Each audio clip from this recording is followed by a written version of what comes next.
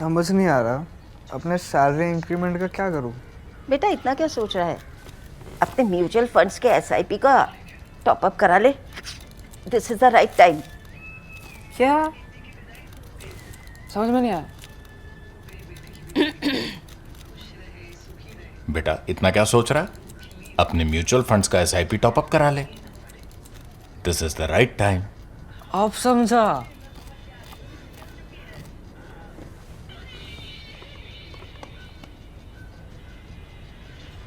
Mutual fund investments are subject to market risks. Read all scheme related documents carefully. Trump has offered a 28-point peace plan for ending the war in Ukraine. But the problem is, they add up to a no-go at peace. When Donald Trump returned to the White House in January 2025, he did so with a bold promise. He would end the war in Ukraine within 24 hours. It was his most repeated pledge during the campaign and a message that resonated with parts of the American electorate wary of foreign entanglements. But nearly a year into his second term, however, the war continues unabated and escalated. Trump has unveiled multiple peace plans and deals, each labeled transformative, but none could produce results.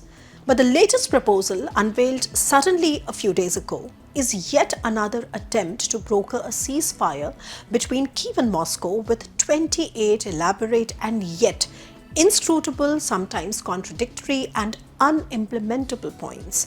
The plan has the same inconsistencies because of which its previous versions have not worked. It remains disconnected from the realities of the battlefield and the political context on both sides.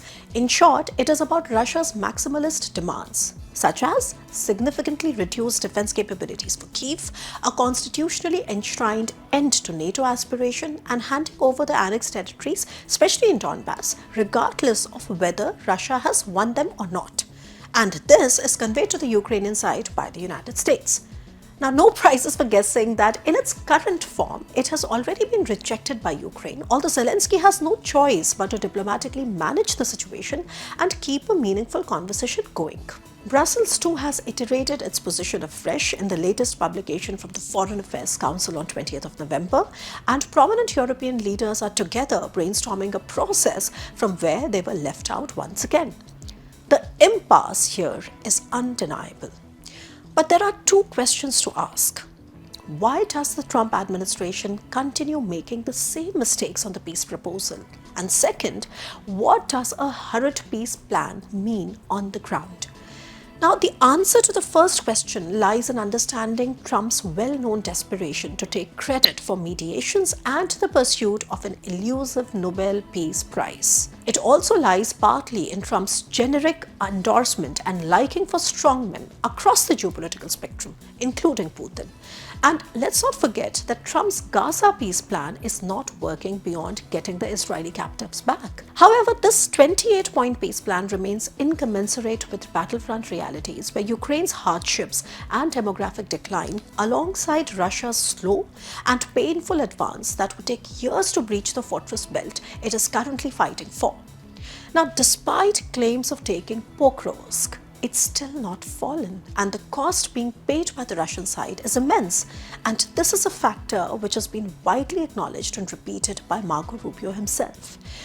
Today, one cannot make sense of the war dynamics without considering the rather surprising Ukrainian strikes deep into Russian territory and almost daily attacks on Russian energy infrastructure that has led to almost a 20 to 30% decline of Russia's crude refining output.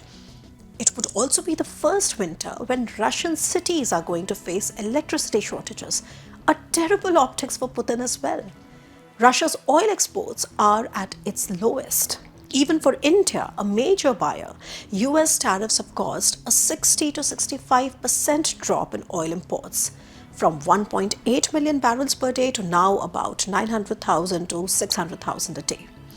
China, Russia's indispensable senior partner, has also cut its imports. Now, of course, many of these developments and situations are more temporary in nature than permanent, but their impact would be determined by a combination of factors that may or may not come either parallelly or sequentially. Moreover, those advocating a smooth reversal of current conditions operate on the assumption that the war is going to end quickly and in Russia's favor, so that Moscow could be reinstated back into the global economy.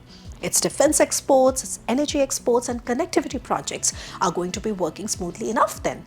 And needless to say that this is an ideal situation for India. But what stands in the way is the factor of Europe's surprising solidarity on the question of the significance of Ukraine's security, despite outliers like Viktor Orban and other differences of opinion. Europe today has an undeniable agency and entanglement in how the war must end. Now, for a dissenting Hungary and Slovakia, there are heartening security stances across Europe.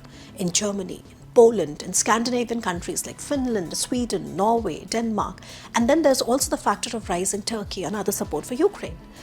Poland's stance here is important to underline because its leadership has given the most unambiguous statements on attempts of hybrid warfare, such as drone incursions from Moscow.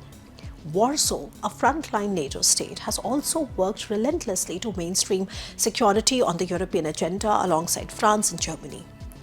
The political leadership provided by Emmanuel Macron and the financial aid of about $11 billion for Ukraine for 2026 committed by German Chancellor are factors that stand on their own.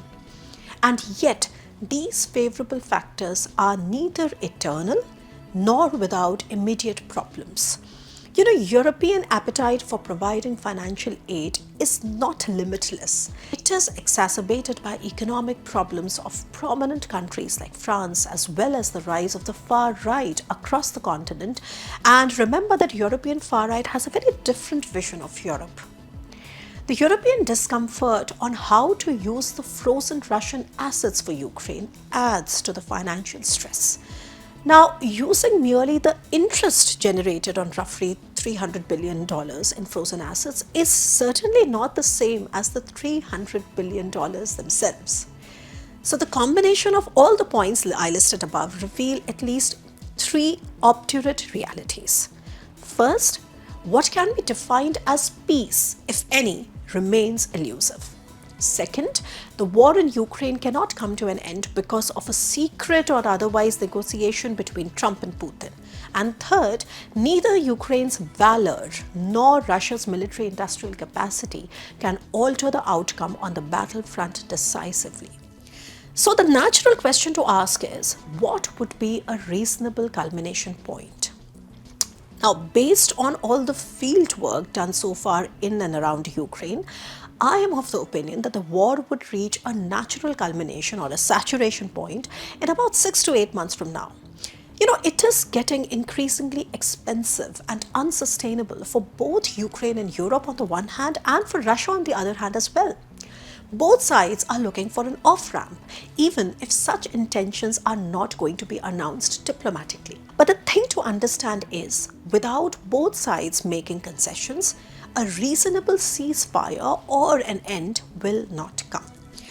Any other shortcut would merely create an illusion of a ceasefire which would unravel as quickly, and it has happened many times before. Alternatively, it would force the war to evolve to guerrilla warfare against Russia, and that is going to be costly for Moscow. For the international community, the implications of this go beyond Ukraine. Because the thing is that the war in Ukraine is not just fought in Ukraine. It is being fought through fluid geopolitical contests across the world.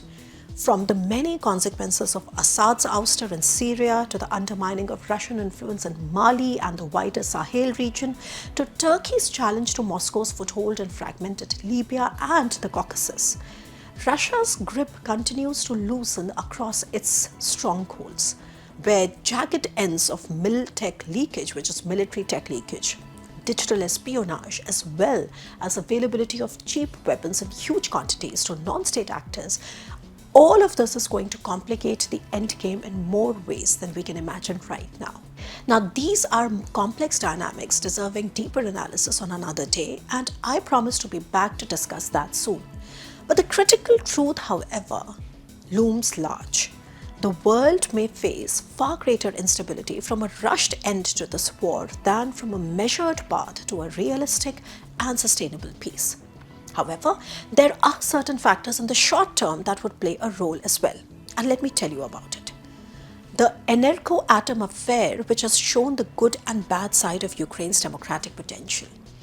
Now, Ukraine has recently been rocked by a significant corruption scandal. It alleged that officials and associates of the state nuclear energy company, Energo-Atom, demanded 10 to 15% kickbacks from private suppliers. Investigators say companies that refused to participate were removed from approved vendor lists, embezzling nearly $100 million. Now, the main suspect, businessman and longtime Zelensky associate Timur Mindich, reportedly fled the country just hours before investigators attempted to arrest him. He is now believed to be in Israel.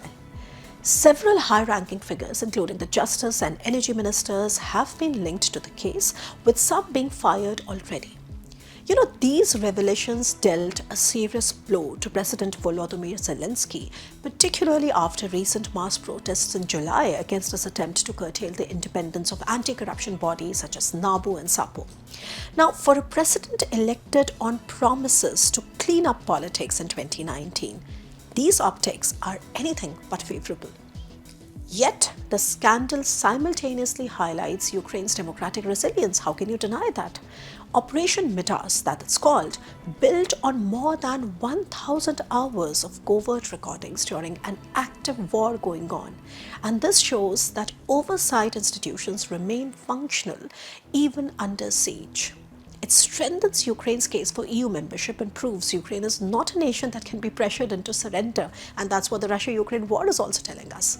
But if a scandal of this magnitude repeats, it certainly will ramp up pressure on President Zelensky to quit office or render his leadership illegitimate in the eyes of his own people. Both scenarios are going to be favorable to Putin and Russia.